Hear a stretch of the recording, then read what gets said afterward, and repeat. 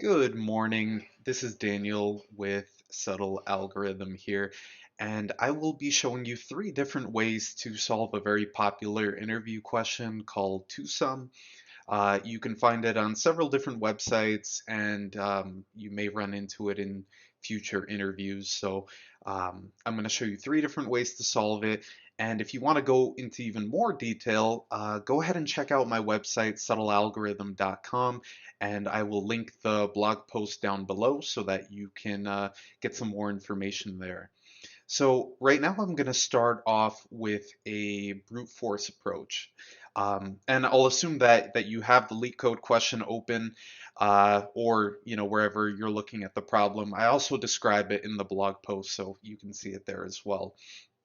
But two-sum doesn't vary often. It doesn't change. The question's straightforward. So typically you're given an array of integers. In this case, that array of integers is going to be called nums. And you're also going to be given a target number. So it's expecting you to return the indices of the two numbers so that they add up to that target number. You can assume that each input would have exactly one solution, and you can't use the same element twice. Um, and you can return the answer in any order. So we're going to start off with this brute force solution so that you can see how to tackle this problem from the get-go. So with the brute force solution, we're not going to need any kind of variable. Uh, we're going to start off with a for loop just to iterate through that input nums array. So we're going to do for int I equals 0, I is less than nums dot length I plus plus. So we're just going to iterate through that nums array.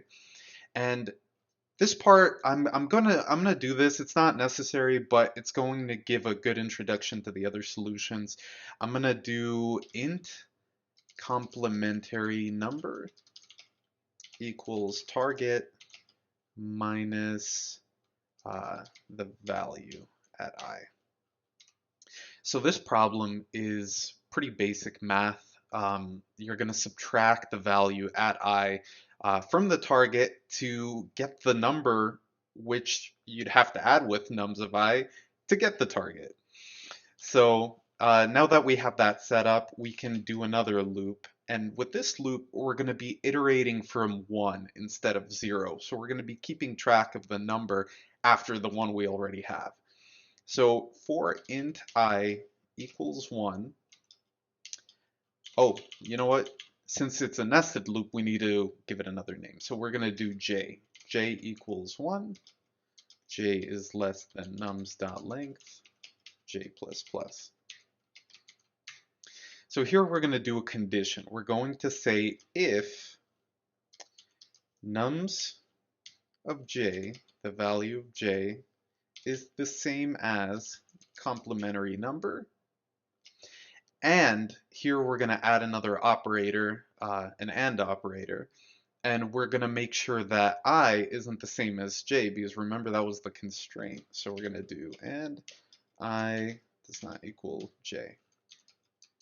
So if that condition is met, we're going to return a new int array. And here we're going to get the indexes of I and j. So we're going to return the indexes of I and j. So remember, this is a O of n squared solution because we have a nested for loop. So once we exit this loop, we're going to return null since that means that we can't find two numbers that will add up to that target. So we'll just return null for simplicity's sake.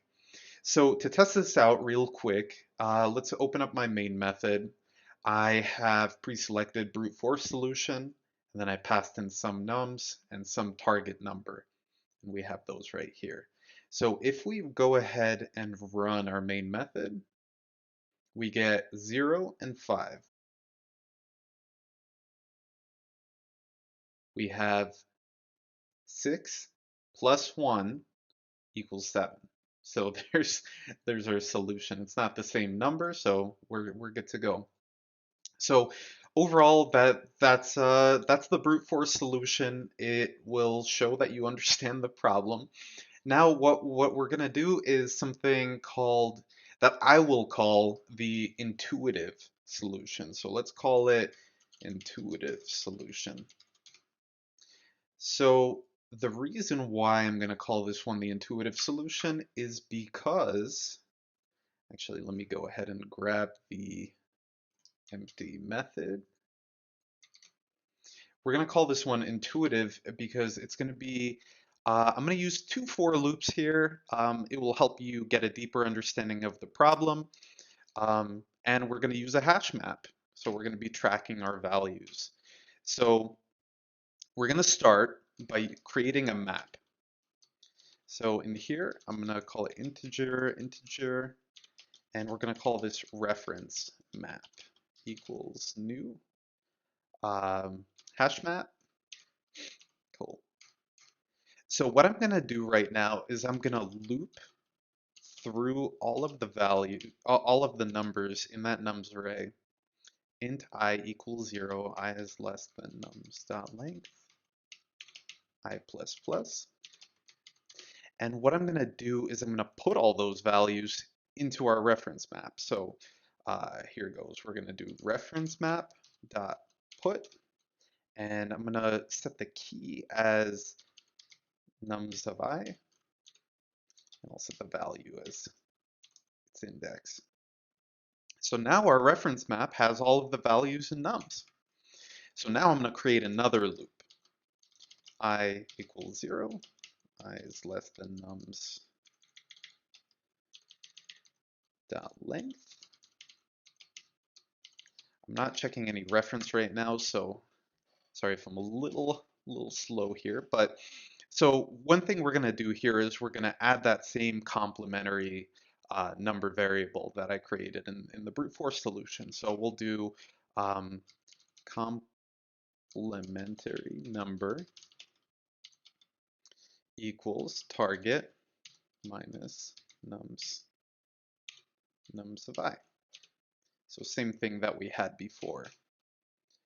Now, what we're going to do is we're going to create the same if condition.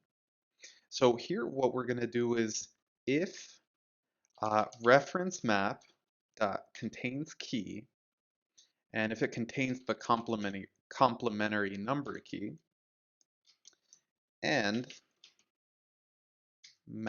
reference map dot get so if reference map contains the complementary number and we get that complementary number, we have to make sure that it's not equal to I. That way we check for that constraint. If we do that, everything's all good. We're going to do return new int array. And in here, we're going to do reference map dot get complementary number, and we're going to do I because we want the index. Cool. So now we're doing all of this in one loop, and that's a good thing. So here we're going to return null because that just assumes that we couldn't find anything like before. So now let's go into our main method and we'll swap out the brute force solution with the intuitive solution. What's the issue here? Unstatic. Okay. Public static. Let's add that in. Cool. So now let's go ahead and run our main method and see what happens. 5, 0. Nice. So what do we have at 5? 0, 1, 2, 3, 4, 5, 6, and 0, 1. So we added up to 7.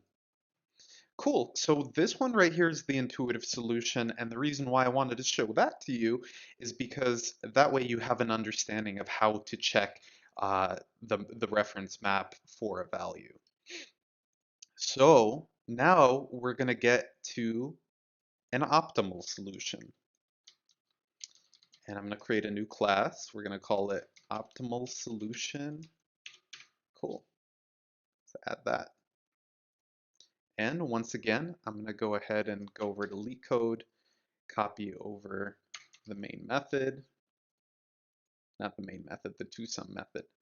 And so here, it's going to be a little bit similar to the previous approach, but what we're going to do is we're going to cover it in one for loop. So the previous one was an O of n solution, but let's go ahead and do that with a hash map here as well. So we'll create a map, integer, reference map, new hash map. And we're going to do the same thing. So let's go ahead and iterate through the nums array in I equals 0.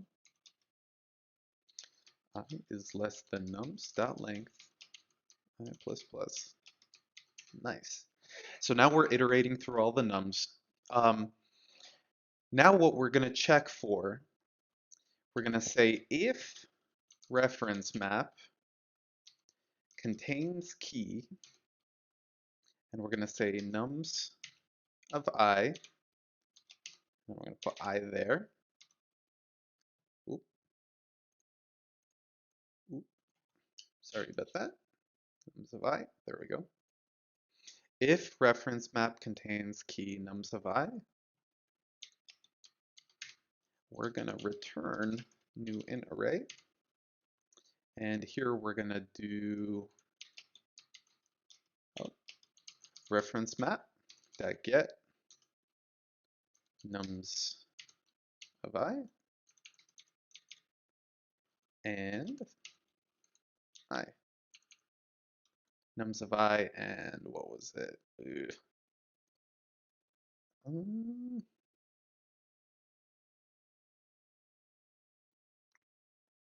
We are gonna want to get, oh, that's right. I'm checking to see if it contains key. Completely forgot the complementary number. So we still need that. Complementary number equals target minus nums of I. Here I am getting caught up in my own thoughts. So just like before, we have our complementary number, and we want to check to see if that reference map contains the complementary number. And if it does, very, very nice. But we also want to make sure that it's not equal to I. So let's go ahead and do the same and reference map that get complementary number is not equal to I. There we go. So that way we're still matching that constraint. So if that's the case, we're gonna get complementary number and we're gonna get I. Otherwise, we're gonna do reference map dot put nums of I and I. Cool. And then once we escape that loop, we'll return null. Again, if we couldn't find any values, we'll return a null. So let's go ahead and run that and give it a shot. So here I'm going to put an optimal solution. Let's get that static out of here. And I don't think that changes anything, but public static, just do that. Cool. So now let's go ahead and run our main method, 2 and 3. So let's see, 0, 1, 2, that's going to be the number 3. 3, 0, 1, 2, 3, that's 4. 4 plus 3 is 7. Cool. So now we managed to solve that problem as well using an optimal solution. And this one just uses one for loop, so if you want to simplify things, do it that way. So I'm going to actually clean these up and I'm going to post them to the GitHub organization, so you have them available to you. You'll also be able to check them out on the blog, which I'll have linked below. All right, everyone. So I hope that helped. I hope that gave you a better understanding of how to solve this problem. Next, we're going to be tackling the more complicated iterations of twosome. So I hope you're there to check those out. And if this video helped you out, please give it a thumbs up and subscribe to the Subtle Algorithm channel to be notified of any new videos that come out in the future, which there will be many of. So thank you again for watching and have a great day.